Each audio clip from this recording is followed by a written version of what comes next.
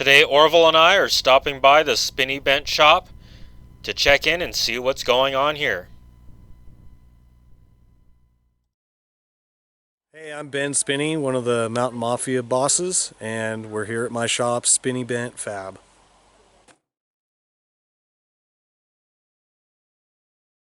Nice new clean grate. Pretty excited about that. Hasn't ever happened before, so. Oh, new mesh, new, what do you call it, screen underneath? Yeah. Okay. Yeah, I guess that helps keep everything nice and flat. And I got a new plasma torch. Jeff at AL Gas helped me figure out what was going on and get me set up properly, so a few improvements for the winter time. I'm stoked.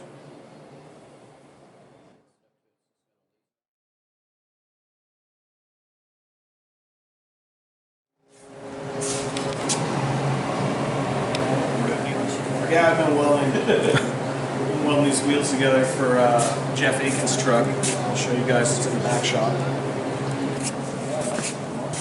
Yeah, so this is the truck I'm building the wheels for. And we still got to set the suspension, it's a little low in the front. Yeah, check out underneath this full tube chassis now. Front to back. And right now we're doing cage. And gonna get him all buttoned up.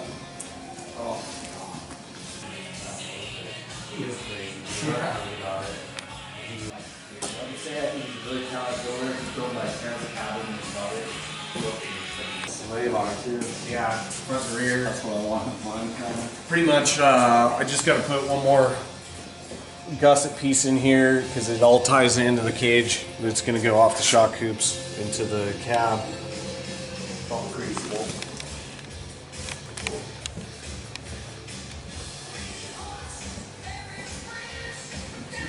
You see those pinion brakes and skid plates and stuff under that axle tech?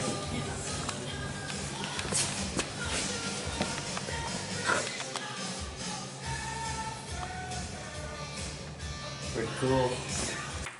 These driveline flanges adapt 2.5 ton flange to the axle tech yoke. And I have these made by Richard Cloward at Cobalt Industries. And he machines them out for us. He does a great job. And then these are a weld-on rotor adapter for the pinion brakes. And we make them and size them to fit and weld them on and then spin them on the lathe to get them true. And they've worked really good so far. So just in brief, what, just an overview of this project, why it came in and just a list of what you did. Yeah, this is my friend Jeff's truck. And he comes to all our Mountain Mafia events and always has a good time with us. And he wanted a little more. He broke his transfer case. His friend was actually driving and broke his transfer case. And we started talking around the campfire about what we should do. And he decided to go with a nice SCS setup. We put that in. And he was still on 1 tons at the time, but he went out and enjoyed the truck. And next time he had a problem, he brought it back. And we put the radiator in the rear and changed some of the cooling system for him. And that's when he decided to step up to bigger axles and hydraulic bump stops and coilovers. And obviously some huge tires, so it should be a great rig. I can't wait to go wheel it some more myself. I think you talked about how you designed the cradle to be able to 4-link it as Yeah, there's definitely some forethought. We planned ahead because we've been talking about 4-linking it since the beginning. And that worked out well because next time it came in, I already had a game plan and knocked it out. So did he take it back once from that point? Yeah, no, he hasn't had it back with the 4-link. Oh. But I mean, after the transfer case was in, did it even come back again? And it left and went to Chihuahua, and he said it worked awesome. He had a great weekend, and they had some kind of a radiator problem, and that's when it came back. So everything else has happened since then. But we got nice sway bars, and Jeff wanted it nice. He didn't skimp at all. He did all the parts that I was recommending, and I think it's going to be awesome for him. And what was his old setup for people who don't know what it was? His old setup was, I think, 11.224 ag tires on some 1 tons and leaf springs.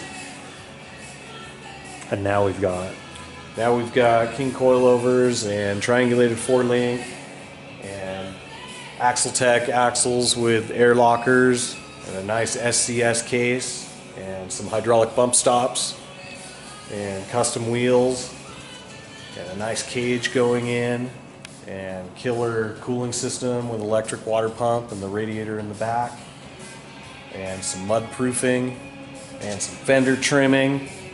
Woo! These Can't are wait. these are the narrow Axletech. These are the narrow Axletechs. Yep. Marijuana involved, and then all of a sudden it was done. I woke up, it was done. Ooh, come here, Pop. Let's get. Do you have somebody in mind to come in, or you're gonna start with? Yeah, the roper's crazy. I don't know. It's basic, Basic. very basic. Plus, you're getting ready to put the cage in. Would that make this place? For this square footage, you know, this is almost 6,000. That's basically how these guys are building a truck out of a truck, you know? Yeah. Well, you but- gotta build them in stages too, right? Well, I guess, you yeah. don't have to. You're going all. So, how many Axletechs are you down to now? Here, I got one set left. one set of the narrows left. One set of the narrows, yeah. A straight rear and a steering front. So I'm gonna get some more coming here. So, where did all the other ones go from the last load? Is there any ones that you can talk about, or what rigs they went under? Or? Boy, not really. A couple guys from Seattle bought a couple sets. They've kind of gone all over the place. Jeff got a set. One set's Lloyd's on his. I don't remember how many he brought us. Did he bring us 10 axles? Yeah, and then I took a pair myself. So we wound up with 8. I had 8 here. So 4 pairs. So that would, if this is one pair, Lloyd has another pair, And I had some left over from before still. the wider ones, right? Yeah. So I don't know. I think we've been through 14, 15, I think 17 pairs Total. total we've been through. What was your first shipment of them, the wide ones? Was it on a, Those were the ones they were the first ones that we ever saw, and those are the ones I did on Pirate. so you've only had two different shipments of them, basically, I've had 4 different or shipments. 4. Yeah. So the earlier ones came, The earlier ones came by themselves. I had a guy that happened to be coming through with a big trailer, grabbed them from me, and that was the first set. We paid a bunch for those. that's when you didn't know. Nobody had seen them or talked about them, really zero info, and I was able to score them, so that's when we took them apart and started the Pirate thread, the Axletech thread on the Pirate forum, and that's quite the thread. Everybody knows that one now. I haven't been on there in a while. But that's pretty much what started it all with these Axletechs. And then I started getting shipments, and yeah, they're all over the place now. There's a lot of guys doing it, a lot of great builders are coming up with parts and doing things differently. It's really cool to watch. And out of every vehicle that we know of that runs them and competes with them, has anyone broke one yet? I haven't seen anybody break them yet. There is a guy, Devin Moore, I believe is who it is. He said he broke a set or broke an axle, and he's running over 1,200 horsepower and 28 Ls and drives like a total asshole. And that's when he broke one axle. But that's the only legitimate break that I really know of. I hear rumors that they snap all the time and they'll never hold up, but I just haven't seen it myself. And for everything that we do with these Havoc events and what we're putting these rigs through, haven't seen any breaks or any problems whatsoever. So for our application, they seem to be working just fine. If a rig with Axletech breaks, it's most likely another component on the vehicle. Yes, I haven't seen an Axletech axle break yet. We're moving that fuse to the transfer case, it seems like. And now everybody's going with an SCS, or I know Northwest Fab has some pretty major parts and bigger shafts, and stuff like that I'm starting to see more and more of. So I know Brett Harrell just got a really awesome transfer case built by Northwest Fab, so we'll see how that works out. Do you have anything to say as far as the existing lineup for Havoc this year? Oh, the lineup for Havoc 2017 is absolutely incredible. I can't wait to see this go down. Got a few more spots available. We have a last chance qualifier April 28th, 29th, and 30th. That'll determine the last 2 guys, and then the Mountain Mafia has a vote, and out of everybody that entered, we're going to pick somebody based on a bunch of different things, not necessarily who's our buddy or this or that, but we want to keep it interesting, so should be awesome. Previous and soon to be Havoc competitors that were at King of the Hammers. Yeah, King of the Hammers looked awesome this year. The backdoor shootout was incredible. We had some Mountain Mafia Havoc drivers down there. We had Brett Harrell. Down there, I hear a turbo blowing off. I love that part. And he makes it on up, even with one tire completely trashed. Justin Haft. Another rock bouncer.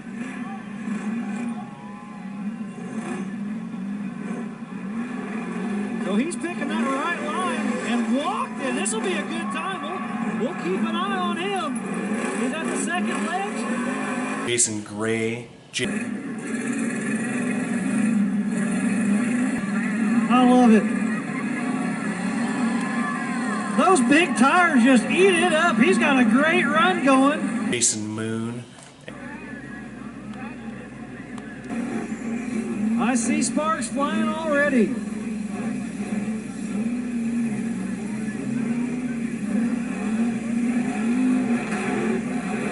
Look how big and long this guy is. That thing's awesome. And Matt Christian from Oklahoma.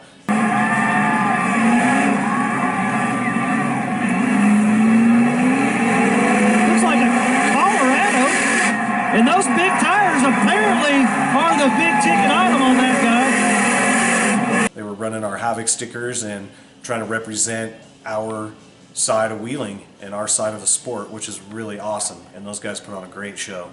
So much appreciative, and looks like they had a blast. Yeah, what I think was awesome about it is these Havoc boys are showing the rock bouncers and the Ultra 4 guys and the rest of the world that these Havoc rigs are true contenders when it comes to some of these shootouts. Right. We decided to add a new race this year, and we're calling this type of racing Outlaw 4. And we're partnering up with some of the guys in Canada that do similar outlaw events, and they fall under the same tech. And we all try to promote and work together to have some different events for some of these guys to go race at. So you'll see some stock rigs racing, you'll see some insane, crazy Foss Hog style rigs racing. But it's going to be a good time, a little more high speed, going to be some technical sections, and keep things rocking around here at the Purcell Trench Ranch. What does this race seem to be closer to or more like versus like a Havoc event? The Outlaw 4 racing is going to be more like an Ultra 4 race, I would say. Not super duper strict on some of the technical stuff. We want to see people come and have fun and keep them safe, but this will be multiple vehicles on the track at the same time, head-to-head racing throughout our property, and we'll be able to change the courses up. For when we do it again, we have 90 acres, and we're going to run them all over the place. We're going to have a technical section in the mud pit area, which will be all dried up by the time this event comes around, which offers awesome spectating for everybody, and we'll have some jumps and some rhythm, and that'll be probably the best place to spectate this race at. Every time we make it better and better, you'll never come back and see it the same, that's for sure. So I feel really good about what we got going with Hill Climb this year.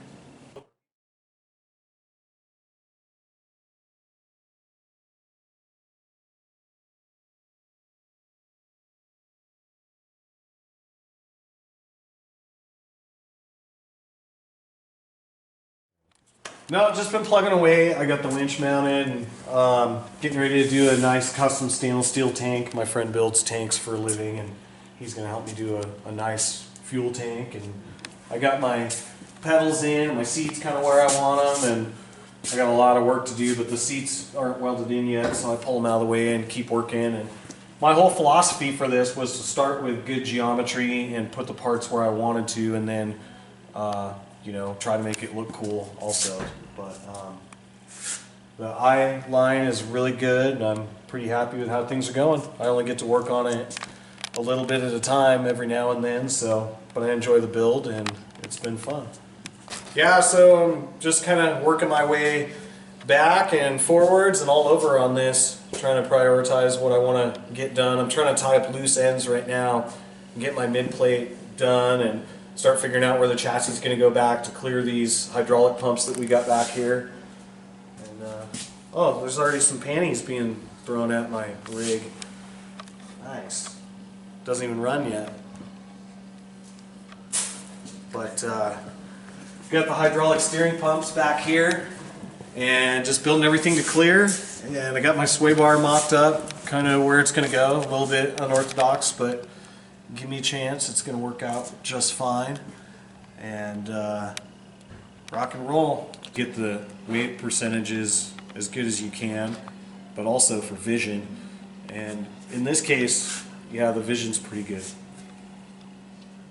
Very smart. I like that. Thanks. I mean, it's, you know, it can always be better, but there's a happy medium that you have to figure out. I mounted the shocks as low as possible to try to keep the vision good on the front. That's why I mounted them a little bit below the top of the axle housing and put the guards on it. It's different. They're a long shock. They're 22-inch travel, so it's going to work just fine. The rears are 26s. I decided to do the same thing. Gotta have the radiator though. Radiator, hydraulic tank, air intake, so, and in shock mounts, so there's got to be enough to keep it stout, keep it rigid for sure. Yeah, I usually bring their shock mounts up on an angle. Tight. Yeah, this comes off the back of the shock wall, BOM down low, and 120 wall up top. And we put some nice sliders both sides underneath. It's not all custom fabrication, and Sometimes it's fixing windshield wipers.